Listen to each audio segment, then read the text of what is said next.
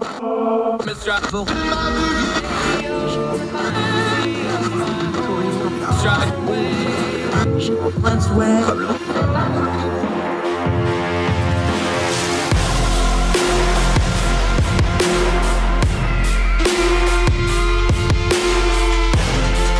your host, Andrew Donaldson. This is Heard Tell. Welcome back to Heard Tell. I'm Andrew Donaldson. Thank you so much for giving us the most precious thing you have, your time, as we try to turn down the noise of the news cycle. Don't spend too much time on things that don't matter. Get to the things that do matter. Talk to knowledgeable guests and try our best to discern these crazy times we live in as we finish off the year of our Lord 2022. Normally, on this program, what we do is we cover our politics and our culture and whatever's going on in the headlines. We have our guests. And then at the end of the show, if we have time, I usually like to try to do a feel-good story or something that uplifts people helping each other. We do a lot of charity stories in that segment. I'm going to start with one, though, today because we're going into the Thanksgiving week next week. And I just want to take a second to put some things in perspective. Let's go out to Texas. I know politics will be there. It's not going anywhere. We'll talk about that some other time. Let's go to Lamar County, Texas, real quick. This is CBS 7. This came from our good friend Keith Conrad, who has an excellent list every night called News Side Quest. You should subscribe to that. I stole this from his list. A Texas man didn't waste any time after finding an engagement ring that was lost after a tornado went through their neighborhood. Dakota Hudson said he hid the ring in the closet of the house but couldn't find it after the tornado destroyed the home. However, everything changed on Tuesday. This is from November the 10th. KXII reported that Hudson found the missing ring with a little help while going through debris at the home site and popped the question to his girlfriend, Lauren Patterson, right there on the spot. According to Hudson, the Paris Junior College softball team helped him in the search and refused to leave without finding the ring. When you tell 20 girls someone is going to get engaged if they find a ring, by God, they're going to find it, he said. The group said the ring was found about 7 yards from the closet's location. It was torn from its box and buried at about 2 inches underground. It was just digging through the mud in a particular spot, and I felt a little piece of metal circle, said Kate Rainey, a volunteer who helped in the search. I didn't believe it when I found it. The couple said they are grateful to have one another through such a challenging times. Finally, if you have a moment to smile, and it was a real smile, Patterson said. It was a very surreal moment. I couldn't have asked for a better proposal. The group also found the couple's wedding band about 3 feet from the engagement ring. The couple said they are now planning a wedding after they pick up from the tornado. We'll link to that story. Why are we opening with that? Well, we just spent, the better part of 2 weeks and most of the year, frankly, talking about midterm elections and Congress changing hands and new leadership roles for the people in Congress and what it means for 2024 and the presidential election. And you know what, though? We lose perspective if that's all we talk about. That's why we do Food Group on Twitter, not just politics. That's why we do feel-good segments and we cover stories. That's why we talk to correspondents from around the world in this program about stories that give us perspective that there's a wider world outside of just the media bubble that we can sometimes make for ourselves. Here's the story for Thanksgiving. One of my pet peeves is always people skip over Thanksgiving. They go from Halloween straight into Christmas. Drives me nuts. No Christmas music until the day of Thanksgiving. Now, that afternoon, as soon as you do Thanksgiving dinner, let's go crazy. It's all 24/7 Christmas. Thanksgiving's important, not the holiday. The state of mind Thanksgiving. Are we thankful for what we got? We get really wrapped up in yelling at Washington or doom scrolling on our social media.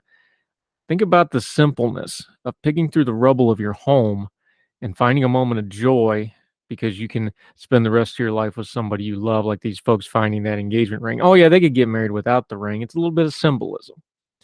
We need symbols. We need little touchstones in our lives of the good stuff. And that's why I wanted to start today's program with that. We're going to have plenty of politics. We're going to have some really ugly politics going forward. There's some really ugly stuff going in the world, like the war in Ukraine. We're going to have a World Cup that Qatar bought, and they left the money on the dresser of FIFA to pay and paper over their human rights violations, slave labor they built all those shiny stadiums with. There's a lot of really bad stuff going on in the world. Let's make sure our families, our communities, our loved ones, our households, those really important stuff are somewhere way up on the list ahead of politics and news filters and things like that, because they really matter. I know I'm going to take a little time over the next couple of weeks. There'll be a couple of days I don't do this show because I'm going to do a little traveling. I'm going to spend some time with my family. We're going to have the holidays, of course, so we'll take some time off for that. And it's very personal for me this holiday season. I'm going to make a point to make sure to enjoy it because as soon as we're done with it come January, I'm going to be doing more surgery, and we're not sure how those sorts of things turn out. I learned that the hard way. That's how I'm doing this in the first place. Back in 2016, I had to have major surgery that we thought was going to be not that bad, wound up being months and months in the hospital and life-changing. Now, that also opened doors of opportunity. I started writing and got to do this show. So you never know how these things go. I want to start today's program with Thanksgiving, not the holiday, the mindset, because we can lose it in Team Red versus Team Blue. We can lose it in the battle of ideologies. We can lose it in the culture war.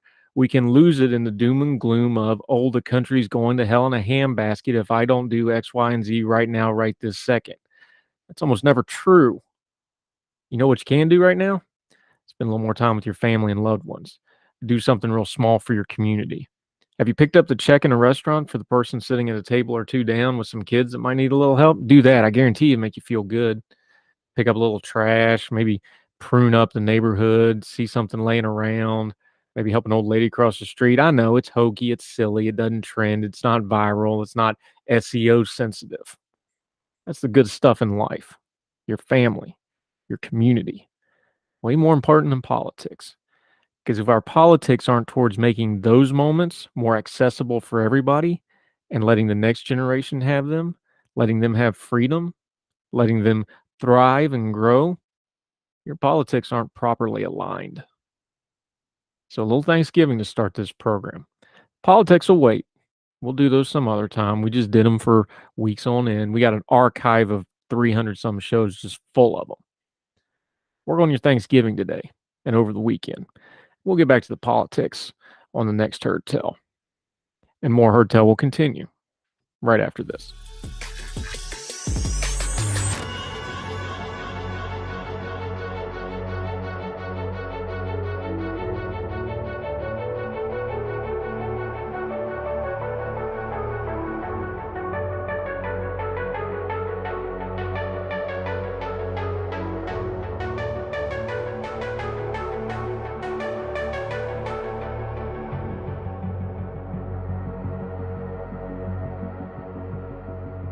Welcome back to Heard Tell. We love talking to our friend Louis Mendez. He is at the Mendez Movie Report. He does great stuff. Y'all like him. I've seen the numbers. You move numbers, my friend. People love talking about movies. It's a good break from the culture and politics. How are you, sir? I'm doing all right. I got to tell you, you would think the midterms weren't over with how many FYC stuff the studios are sending to my email and my inbox. It's nuts. I got a screener almost every night to go to. Yeah, you're down in Florida too, so I think you better just buckle in, buddy. It's going to be a crossing of the streams down there for some time to come, with the potential of your governor maybe looking to move up in rank a little bit. I want to touch on something that we talked about the last time I had you on, and I got to thinking about it, and you mentioned a specific movie about it, and then I watched that movie, and then I really got to thinking about it. But you mentioned it. Romantic comedies. This used to be a staple of big box office releases from, let's narrow this down a little bit. Let's go late 80s. The kind of, Harry Met Sally, Pretty Woman, that kind of era up through the modern era. That was a staple of, and now we're going through a cycle of, oh, well, the rom-com's dead, but it's not really dead. It's just morphed to streaming. I find the romantic comedy, what's going on with it in movies right now, really fascinating and kind of indicative of what's going on with theaters versus streaming and all that too.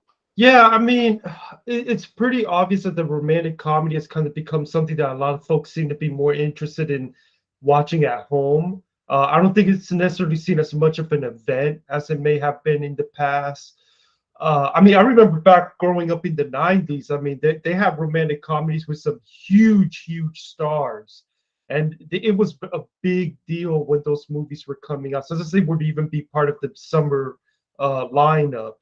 But these days, it's become very much something that is on streaming. I mean, even with a movie like Marry Me, the Jennifer Lopez, Owen Wilson movie that came out much earlier this year, they went ahead and had it available on streaming as well. At the same time, Universal went ahead and did that. The only romantic comedy that I feel has been able to overcome that, there have been two. There's The Lost City, though you can argue that's more of an adventure film. And then there's Ticket to Paradise, which last time I was on your show, I said that I was worried about that movie's box office, but it's actually done much better than I and a lot of other people thought it would do. And I think it's because it's probably sort of the last gasp of two really big movie stars being able to sell a movie in a day and age where movie star name doesn't necessarily sell movies like they used to. Yeah, I'm glad you mentioned Ticket to Paradise. That's exactly the movie I was thinking of. I actually watched it. I watched it on streaming at home. Let's be honest, at this stage of their career, Julia Roberts and George Clooney, they play Julia Roberts and George Clooney in every movie they're in. That's the status. Look, that's an earned privilege. So, it is what it is, but that's an earned privilege, but that's what they play. I thought it was a good movie. Look, it wasn't earth-shattering. It was formulaic, but it was well made. There wasn't anything offensive in it. You didn't feel like God, movies have gotten so bad on some, like, if I just don't feel like I wasted my time, that's almost a win now, watching a full movie, right? It was good. I enjoyed it. Family enjoyed it. It was a good movie. The younger stars really held their own on it. I thought it was a right down the middle, solid double romantic comedy. But the way you phrased it, it's really interesting. Let me pitch it to you this way. We have the long-running joke and meme of Netflix and chill. Comedy comes from a place, when something catches on like that, it comes from a place of truth. There's something to Netflix and chill. That's a culture shift. And I think something like the romantic comedy, it's just so tailor-made for streaming. It really is. So it's not that it's dead. It just found a lot better market. And when you talk about everything being niche marketing now, hey, cuddle up on the couch with your significant other for a romantic comedy, like that I think it just kind of more went home than anything else. Is that a fair way to put it? Oh, that's extremely fair. I mean, if anybody sits down and looks at the slate of Netflix, just Netflix, and there's a lot of other streaming services that have their own romantic comedies, but if you get on Netflix and you look at almost every single week, there's a new romance coming out. Most of them romantic comedies. We're in Christmas movie season now, and Netflix is coming out with romantic comedy Christmas movies. They just came out with one with Lindsay Lohan. So I think that's extremely fair. I think that's exactly where the market went for the romantic comedy. Movies like Ticket to Paradise are able to do so well at the box office as romantic comedies. I think it's become much more of a rarity. I think if you do see romantic comedies make real big money at the box office next time, they're probably going to have to, for the lack of a better word, there's going to have to be a little bit of a gimmick to them to get people to really show up at the box office and feel like they have to come to the theater to see this. Because otherwise, they're just going to, they're so they're just used to seeing it at home. Yeah, and let's talk about the business part of this for a second. Louis Mendez joining us. He's our movie expert, certified critic now. He's legit. Something really interesting happened a couple of years ago. And again, this is something that's joked about on social media, but there's a real business and culture shift underneath it. One thing with romantic comedies is, and we joke about it, Hallmark has absolutely printed money making very inexpensive to make, very formulaic. And then they figured out like, oh, we can do holiday themes. We can make 30 Christmas movies every Christmas. And then we can make a Thanksgiving one. Then we can make, I don't know if they do an Easter one or whatever, but you just make these holiday movies that are just built for rom-coms. You can go back in time. Christmas for Connecticut. How many times have they remade that over the years? That works. It works every time you try it. They've just figured out a new way to do it. You wouldn't think of Netflix and Amazon as chasing Hallmark Channel, but that's exactly what happened, because now all of a sudden Netflix is pumping out all these rom-coms and Christmas. They looked at that and went, that money train ain't gone too far. We can't jump on it yet. That's a very interesting development, because you don't think of Hallmark leading the train on that, but they really did in a way. Oh, yeah. I actually follow a movie critic that has like their own podcast where they follow all the Hallmark movies. So it's always interesting to see what kind of movies they're reviewing, because I don't get to keep up with Hallmark. I got too many movies to watch as is.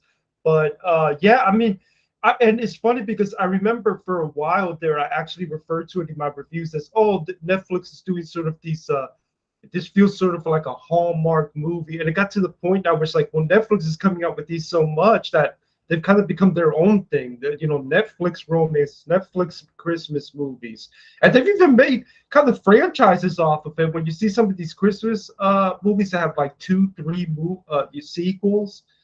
So I mean, and I think the money is there because it's just easier to get to the market at home. It's like, okay, we're not asking you to go to the inconvenience of going to the theater or anything. It's like, just stay at home, watch this feel good stuff. And you know what? In some aspects, you can even binge these movies. So I think it's just about nailing the marketplace.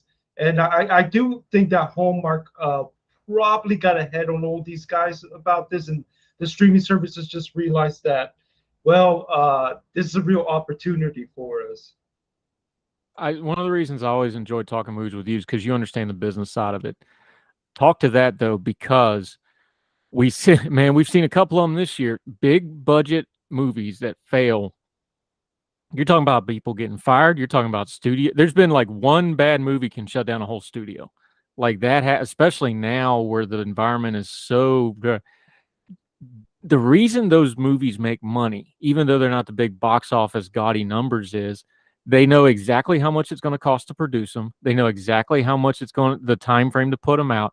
Talk about the business into that of going, this has a 6-week shoot schedule or whatever it is. It's going to have a 90-day production run, and then we're going to put it out. It's going to make X money because it costs us X money. Like this, they've got this down to a science. And any business, when you can replicate success like that, that's how you make money. That's the business side of this people don't talk about. Well, it is funny because if you think about it, cheaper movies are kind of, as long as it's the genres that people are eating up, like romantic comedies or Christmas movies, or even something dramatically different like the horror films that come out. If you have a cheap budget, if you can get the movie done quickly, and it doesn't really take all that much to get the profit off of it. If you look at what small movies are struggling to get profits, those tend to be like more art house dramas. And that's understandable because dramas can be a bit of a hard sell, especially in this day and age when a lot of folks have gotten more comfortable with picking and choosing their adult dramas. But if you could get that sort of magic recipe where you know how much it's going to cost, you can shoot it quickly, and you don't really got to get like Avengers numbers to get people to show up and make profit off of it. I mean, it's understandable why they would make these. I mean, and again, you see it not just with the Christmas movies, but with horror movies, because horror movies are not expensive to make, and they easily got a crowd from all the teenagers that come see them. That's automatic right there, so that they can easily make a profit off of those movies. So it's understandable. That being said, the studios are still very, very reliant these days on those huge blockbusters because, I mean, when you look at the budgets for some of these movies, I mean, it's ridiculous. Hundreds of millions of dollars. That's before accounting hundreds of millions of dollars towards marketing, shooting for billion-dollar box office. So it is kind of interesting how, in one sense, they can make such easy profit with the small movies, but they really do gotta keep the studio running with these huge, massive blockbusters. Yeah, it's funny because almost every year when you look at the most gross or box office receipt list, every year there seems like there's a horror movie that surprises everybody. Almost every year there's one horror movie that all of a sudden made a bunch of money.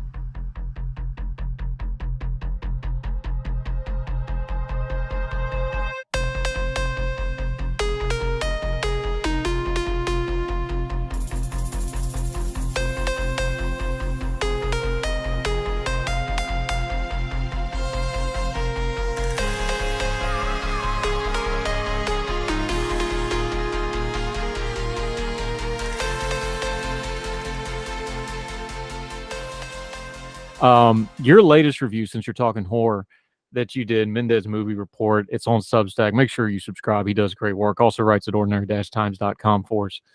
You reviewed Bones and All. This has been a little bit of a divisive film. It sure seems like people either think it's brilliant or terrible, one or the other. And terrible might be the wrong word, but it's very jarring.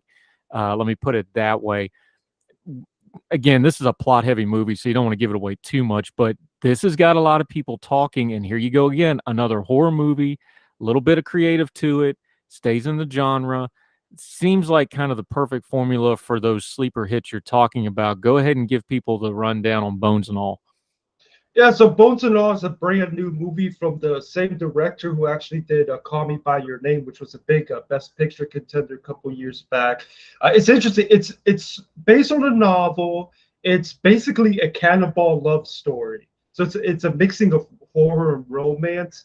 Um, it's a movie that I would tell folks that if you have a weak stomach, you want to stay away from this movie.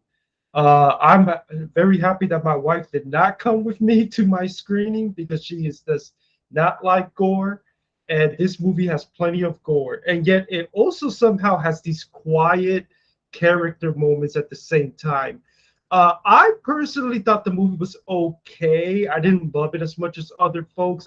I know some movie critics who are saying it might be their favorite movie of the year. Um, for me, though, it's a movie that I got a little too grim for me at times. But it is. But I do wonder if it could be a big hit. I believe it should hit wide during Thanksgiving week. But it is definitely a marriage, no pun intended, between horror and romance. But it is a very gory movie. If anybody out there is interested in checking it out, just to let you know, this is a cannibal love story, and they do not hold back on the fact that these are cannibals. What a fun concept. And not the political ones that we've been dealing with for the last 2 weeks since the midterms either. Louis Mendez, our good movie buddy, joining us. As we're recording this, we got to mention it since we're talking movies. Martin Scorsese's 80th birthday is today as we record this. This will be out the next day, obviously. Whatever you think of all his movies, whatever pantheon of directors, he's up there somewhere on everybody's list. That's a serious list. Give me a thumbnail on Scorsese at 80. He's obviously not done. He's still working. I think he's got 3 projects going right now. What's his legacy? Because, you got the mobster movie stuff. I actually love the fact that just every 8-9 years he does a documentary just for the hell of it. I always kind of admired that about his career going all the way back. What do you take away from somebody like that we still have working? He kind of got caught up in the streaming versus, since we're talking about the streaming versus theater thing, and then he kind of gave into it because somebody wrote him a check that was nice enough that he's like, okay, I can get over my scruples on this. But Martin Scorsese, just some thoughts on the great man's birthday. Yeah, okay. So Scorsese is without a shadow of doubt extremely important in modern cinema, especially for film buffs like me who want to check out the very old 1910s silent films, because he has been very, very important in making sure that those movies are restored, found, protected. I don't know how many people out there understand how much work he's put into that kind of restoration. And the reason that I can go back and visit these extremely early days of movies is thanks to Scorsese. And as a director, he has an incredible legacy because he's had so many movies that have become not just movies that are going to show up in the 1001 movies to watch before you die books and stuff like that, but movies that are mainstream classic hits. Personally, I would say probably my favorite of his old movies, and this might be a little bit of a boring pick, but it's Goodfellas. I really, really adore that movie. He's also done some family stuff. He did Hugo a couple years ago.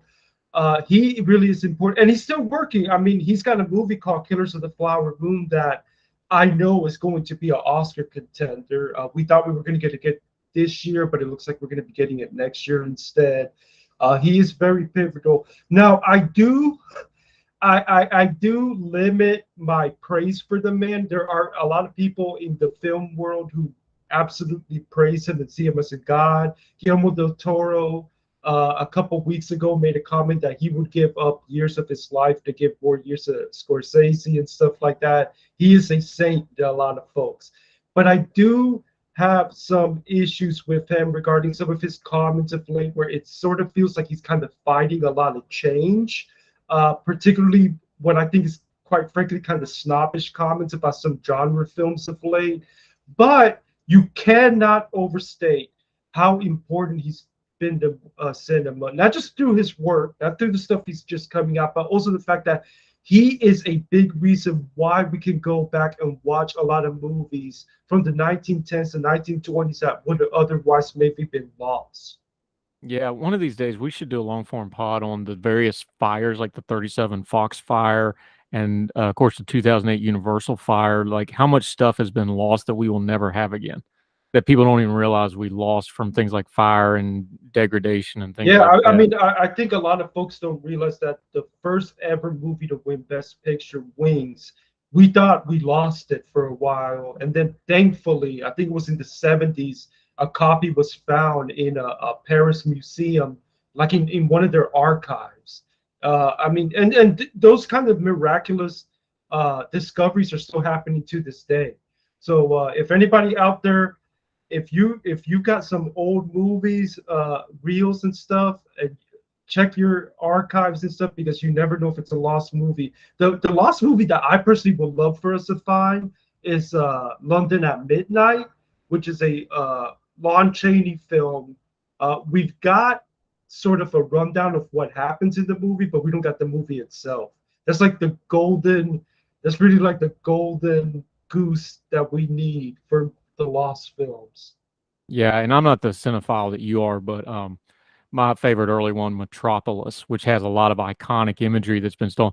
They don't even know how much of it we actually have. That's how much of it's lost. They think we might have like 30 or 40% of it. They found a bunch of it about 10 years ago and restored some of it. But there's large chunks of that movie we don't have it. Go just watch the clips of it. The visuals on that, when you consider when it was made, is just amazing. Well, yeah, people should watch that movie because it's actually my second favorite from that year. It is a really darn good movie, and it's just Fritz Lang is probably my favorite silence film director. He just absolutely amazing, the stuff that he did back then. I would really wonder how he probably would have gone crazy in this day and age with visual effects and the way that Lang would just go big. He probably would have gone nuts if he were around today. Some of them people didn't need CGI. It would have been bad for everybody involved. Louis Mendez. All right, buddy, real quick, before we let you go, we're getting down to the end of the year. Usually this is, people unleash a couple blockbusters right around Thanksgiving and Christmas. This year feels a little slower than maybe normal, but give people a couple things over the holidays. People like to take in movies with their families. Give folks a couple things to look for as we round out the year of our Lord 2022. Well, Black Panther Wakanda Forever's out there. It's been huge. If folks haven't checked it out, I thought it was a pretty decent movie. I didn't really like it as much as the first movie, but it's got a very beautiful tribute to Chadwick Boseman in there, which it's really impressive the way they were able to bounce back after taking that huge loss. We do have the Avatar sequel coming out. No, Avatar's a little bit divisive for some folks. There's a lot of debate around it. I'm keeping an eye on it because it may be as big of an awards player as the last movie, but it's honestly a very big mystery as to what that's going to do, how audiences are going to react to it. We also got The Fablemans, which should be out by Thanksgiving time. I should hopefully be seeing it on Monday as of this recording. It is the newest Steven Spielberg movie. It may be the front runner to win Best Picture. And a movie that will be coming out should be wide by about Christmas week. And if you really liked Wolf of Wall Street, you may want to give this movie a try. Babylon. It is the next Damien Chazelle movie. It is probably going to be a big contender at the Oscars. And it is a movie that is basically based on the 1920s and that transition from silent to talkies, but with this audacious sort of sex and drugs sort of dark comedic look to it. So if you were into Wolf of Wall Street, I think folks might want to check that out. I can't wait to check out the movie myself because it sounds like a lot of stuff that's right up my alley. Hey, Downton Abbey's last movie already covered transitioning to talkies. I guess we just needed to sex it up a little bit more. I'm sorry. I love Downton Abbey. I apologize for nothing. Hey, we got Singing in the Rain too. Singing in the Rain classic that covers that time period also. We joke about it before, but Hollywood loves movies about Hollywood. Yes. Like, it's just a fact. So, Louis Additionally, we Mendez. got plenty of them. Fablements, Empire Light, Babylon. We got plenty of them. If you want an Oscar, make a movie about making a movie, or a musical about making a movie, and you will win an Oscar. That's the trick to it. Louis Mendez, our movie guy, we're going to have you on more and more because one is it's fun to talk about something other than politics. Two is you're really, really good at it. So let folks know where they can keep up with you, your writings, your other things going on, my friend, until we get you back on Her Tell again. Well, just basically check out my Substack, mendezmoviereport.substack.com. You do not have to pay anything like some of these other Substacks. They're 100% free. And if you want to find me on Facebook, Instagram, Twitter, or if you got a letterbox, Mendez Movie RPT. That's where I'm available. If you want to check out any of my thoughts on any movies, that's basically where you can find me. Yeah, you do great work, sir. We'll talk Godzilla next time I see you wearing your Godzilla shirt, trying to bait me into talking about because there's been some big news in Godzilla world the last few weeks. Next year we are going to get very, very. Next year we're going to be very spoiled as Godzilla fanboys. We're going to get 2 Godzilla movies next year. Yeah, that news just came out, so I knew you were going to bait me into trying to talk to it, but no, that will not work. We will do it next time. Louis Mendez, you're the best, buddy. Thank you, sir. No problem. Thanks. Yes, sir.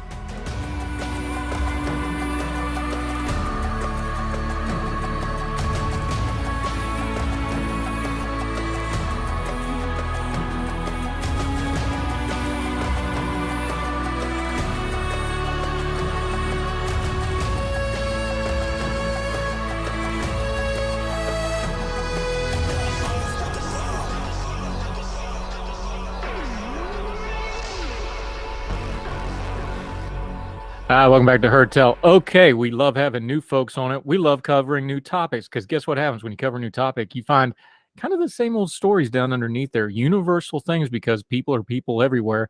Let's go down under. Been a little while since we had an Australian correspondent. We got one today, Mark Burgess, another Young Voices contributor. He's down in Melbourne. How are you, my friend? Good morning to you, evening my time. How are you? Yes, good morning and good evening, Andrew. Thanks very much for having me on. I'm good. How are you? Thrilled to have you. He's down in Melbourne, also went to school in Melbourne. And frankly, he's going to have to just kind of walk us through this because I don't know a lot about this one either. But we have a little bit of posing here, I think is a fair way to term it. We have a little bit of corruption, I think we could call it. And it's all centered around sports. But here's the problem.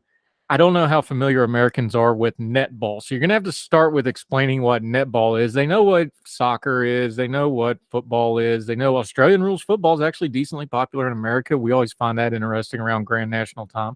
They don't know about this one, though. So you're going to have to explain it to us, my friend. Yeah, no worries, Andrew. I guess netball, for no one that's ever seen it before, it's sort of a different form of basketball in a lot of ways. I guess the major difference being that when you get the ball, you're not allowed to, you can't actually dribble. So as soon as somebody passes you the ball, you actually have to stand still and then pass it off to someone. But more or less, and it's 1 point for a score, and there's no 3 points or anything like that. It's certainly, in terms of its popularity, there are mixed university netball teams, but professionally, it's really only a women's sport that's quite popular. So it's an interesting instance, this kind of government overreach of sponsoring this team. But I would encourage, I think, for anyone that's not familiar with netball, just look up on YouTube. That's probably the best way to check it out, and check out Australian rules if you've never seen it before as well. Yeah, somewhere John Gattuso, my middle school basketball coach, is going, that's how I taught him basketball. You catch the ball, don't dribble, just stand there and pass. His big thing was no more than 1 or 2 dribbles and pass. He wasn't into dribbling, mostly because I was really bad at it. Anywho, here's the problem. So we have this professional netball team. Long story short, they lose their sponsorship. The background here is, though, we're getting ready to have an election in Victoria, which is a state in Australia. And a politician decides to get involved. Pick it up there because that's where the trouble starts and where everybody starts paying attention to the story. And it goes from just being you lost the sponsorship to a team to the political realm. And then all the streams start crossing in a hurry. Yeah, absolutely, Andrew. And I'll just backtrack really quickly just because the decision to drop the sponsor was actually the netball team because Gina Reinhart is the chairman of Hancock Prospecting, which is an iron ore company, and her father, Lang Hancock, he made some sort of unsavory comments 38 years ago, and so about Indigenous Australians. One of the Indigenous Australian players actually said, "I'm not comfortable wearing this logo when I'm playing for Netball Australia." And so all of the other players rallied around her. The trouble was Gina Reinhart had given them a $15 million contract. And so it's not really feasible to have a sponsor and you're not going to wear their logo. So in the end, they dropped the sponsor, even though they were $7 million in debt. And this is where Daniel Andrews from the Victorian Premier swoops in. And it's worth noting, it's not as though there weren't other people, including there were actually other Australian states, but just on principle, I don't think there should be governments coming in here to be the sponsor for a sporting team, because there were private institutions that were willing to support Netball Australia. But Andrews has just come in here and so he's a master politician, a bit of a Machiavellian, if you will, Daniel Andrews. And I was kind of thinking initially, I'm not really sure why this is going to antagonize a lot of people, but I think the analysis was correct in that it really plays into the inner city, often Greens swinging voters. He's kind of appealed to them with this decision to sponsor Netball Australia. And the background's important that the previous sponsor was an iron ore company, because it kind of pits the more progressive left, very much the climate change, renewable energy agenda against an old school Australian mining company. So all of that background information is really relevant, I guess. So it's not only just filling the sponsorship void, but it's also just a bit of a in your face to Gina Reinhart as well, I guess. Mark Burgess joining us from Australia. I can be sympathetic to mining companies that do wrong. Look, I'm from West Virginia. We got some flattened off hilltops that we can talk about sometime. Look, mining companies need to be reined in. I'm all fine with that. They need to pay for their destruction. I'm sympathetic to such things. Where this gets bad, though, and you already touched on it, when you start talking about government money going to a private entity, especially when it's something like a sports team, especially when it's something during an election year, it just screams untoward, doesn't it? Because it becomes so obviously you already mentioned it. Like, look, this is a classic hot button political debate. You have the mining company, you have, the progressive wings. This just all fits so neatly that this is kind of a story. It just pushes so many buttons at once. Then you get, a schemer kind of a politician like Andrews, and they can just drop the money in it. It just feels icky to me. Is that a fair way to say it? Oh, absolutely, Andrew. And it is inherently, in and of itself, as an isolated incident, I would say it is icky. I think it is inappropriate. But not only just as an isolated incident, but the backdrop of Victoria's economy. Now, bearing in mind, Victoria, the city of Melbourne, was the longest lockdown in COVID in the Western world. Absolutely has obliterated the economy here. So I say in the article, Victoria's on track. Our debt is on track to exceed that of New South Wales, Queensland, and Tasmania combined. And for perspective, New South Wales has a larger state economy than Victoria. So this is really kind of monstrous levels of debt. So it's kind of this backdrop of they really should be tightening up the budget and exercising some fiscal discipline. So I think this was the real kick in the guts for a lot of Victorians, is that in the circumstances of being in this much debt, to then go and somehow pull out a lazy 15 million. When I say pull out, of course, it's taxpayers' money to sponsor a national Australian netball team. It's just ridiculous. And it's insulting, to be honest, because the argument that Andrews tried to use to justify it was that it's going to contribute to the Victorian economy, which is just nonsense. Like it is just a non-argument to say that. So it's and as you said, Andrew, it doesn't smell right. I guess it's probably a bit of an instance of pork barreling, but it's remarkable. He gets away with it. Yeah, Mark Burgess down in Australia joining us. We say on our program all the time, things don't happen in a vacuum, they happen in a sequence. You just mentioned, Melbourne, Sydney, the other major cities in Australia. We talked to our friend Emily Dieback a couple of years ago when the lockdowns were severe, like where they're jerking joggers off the streets, all this kind of mess. You know, you could only go to the she's great, store for Emily. certain times. Yeah, Yeah. we had her on and talked about all this. One of the highest rated episodes we did that year. People couldn't believe it because we think of Australia as being this open place. You touched on an interesting strand here. You said this is predominantly a woman's sport on the professional level, and it's kind of almost doubly insulting in a way because, and you touched on it, women were very acutely affected during those lockdowns. That's right. The pandemic response and what it entails. So to make a pose out of a women's sport on top of it, taking the background, taking the history, taking everything else that goes on, that feels like an extra layer of cynicism added to this thing.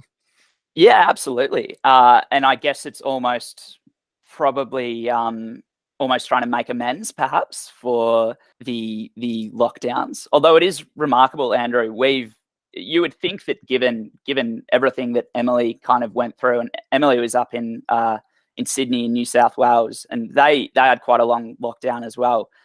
Victoria's unfortunately was even longer.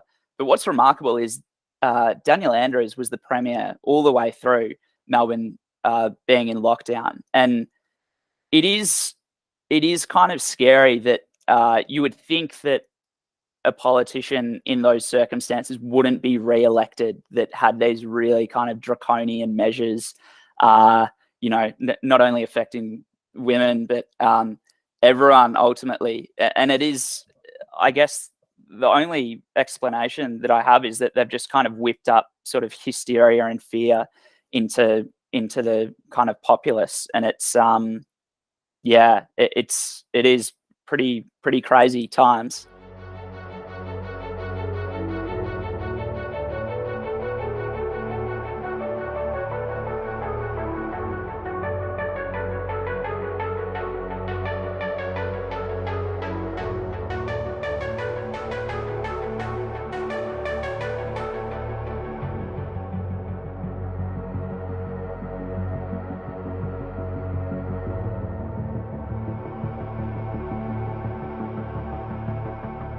Mark Burgess joining us down in Australia. You just mentioned it. We're just sitting and talking about it. We can highlight it. This has obviously been a viral story that's gotten a lot of press, but this is going to be up to the voters of Victoria. The election is coming. Nutshell it for us, because obviously an American audience, the international audience, doesn't know the ins and outs of Victorian politics. Give us a little bit of the lay of land. What do you expect? What are the voters expecting? Do the voters feel a need to hold people accountable, or are they just kind of moving on? What's the lay of the land there electorally right now? Well, the lay of the land, it's really strange, to be honest, Andrew. Unfortunately, the Victorian opposition, so the two main parties in Australia is the Labor Party and the Liberal Party.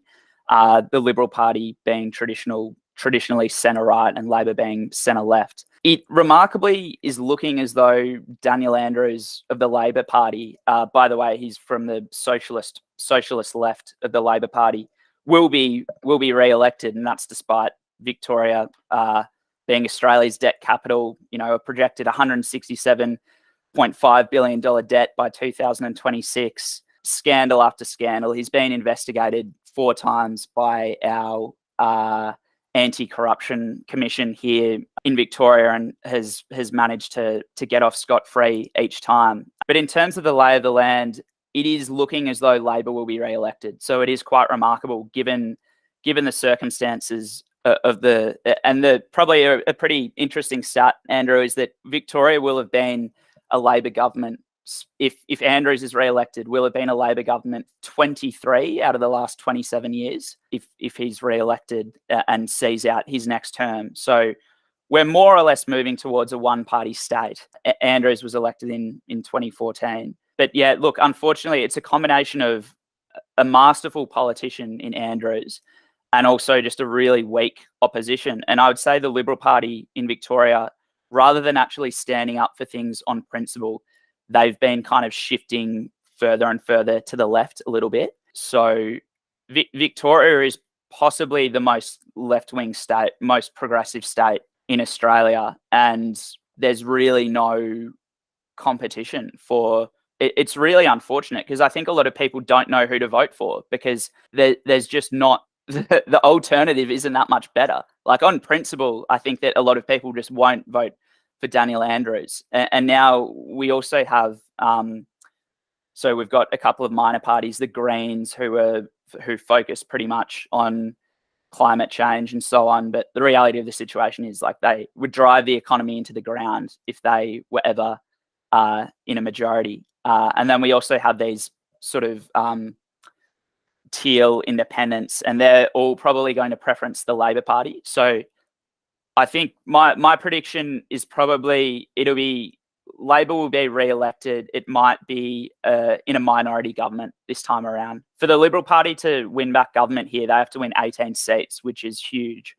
So even if they had their stuff together, which I don't think they do, then it would be a massive task. But considering, they're just they're sort of neither here nor there, and they were sort of missing in that they didn't really hold the government to account. I guess that's been one of the most depressing things about living in Melbourne and Victoria, is that while all of these draconian measures had been going on, there was you'd think that it's a great opportunity for the opposition to come in and really stand out, but they were just kind of missing in action, I guess, for want of a better term. Yeah, we've got some places in America in our midterms like that where you got single party rule going on.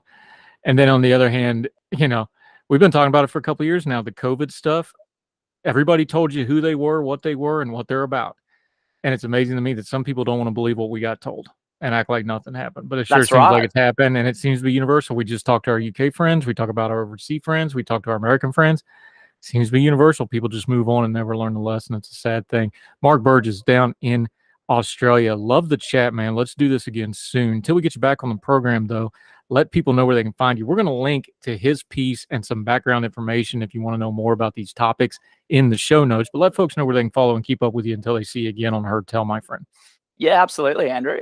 Well, primarily I do need to create a Twitter account, but you can add me on LinkedIn and keep following me in the Spectator Australia. Those are the two main places. And I might actually ask, Andrew, I'm curious, because my perception, I don't know if this was like the international perception of Australians prior to COVID happening, but my perception was that Australians kind of had this larrikin attitude of, giving a bit of one of these to authority. But the strange thing from COVID has seemed to be that Australians have proven to be a very kind of compliant people in terms of with all the government restrictions and so on. There hasn't been much pushback. Has that surprised a lot of Americans in your... Yeah, it depends on who you talk to, because we, of course, we have a very diverse country and a diverse media. Mm-hmm. It depends on who you talk to. I don't know if rebellious is the right word. Australians have the reputation, of course, of being very friendly, very free-loving, almost, enjoying life, lots of that kind of stuff, kind of the stereotypical, you want to be outside, you want to have fun, you want to party a little bit, which is a little unfair, but there's some truth to that. Every Aussie I've ever met's always been very pleasant with me. I served with some Aussies in Iraq, actually. Love those guys. They were fun. So that's kind of, rebellious might be a little strong. The thing in leftward media is that they like, because it's a little bit more of a progressive country than ours in a lot of ways. So they've always enjoyed y'all. The right-leaning media for the last few years, though, when y'all did gun control and they did the gun confiscation, that broke through with the right-wing media. So the folks that followed that story from however long it was, I don't think they were surprised, because, and then they, in their minds, they put those two things together, even though they're probably not a complete match that way. So the right-leaning media, they already had that perception from the gun grab thing, because that's a major issue for the right side media in America. So it depends on who you talk to be fair about it. I think that's the best way I can break it down for you. Yeah. Okay. Yeah. No, it's interesting. Oh, well, it was, really enjoyed the conversation, Andrew. And thanks very much for having me on. Definitely do it again. Mark Burgess down in Atlanta. Mark Burgess down in Australia. Appreciate the time, sir. Thank you very much, Andrew.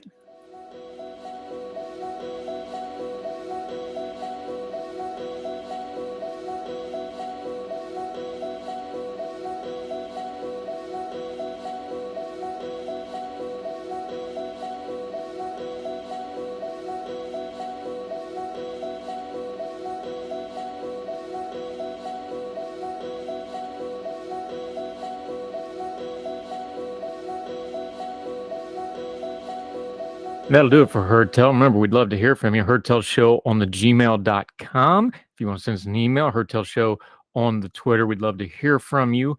Always happy. This doesn't work if you're not listening. So wherever you and yours are, thank you so much for listening. Until we talk to you again on Heard Tell, we hope you are well. We hope you are well fed. We'll see you real soon. Right back here for more Heard Tell. All the music on Heard Tell is provided under a Creative Content license from MonsterCat.com.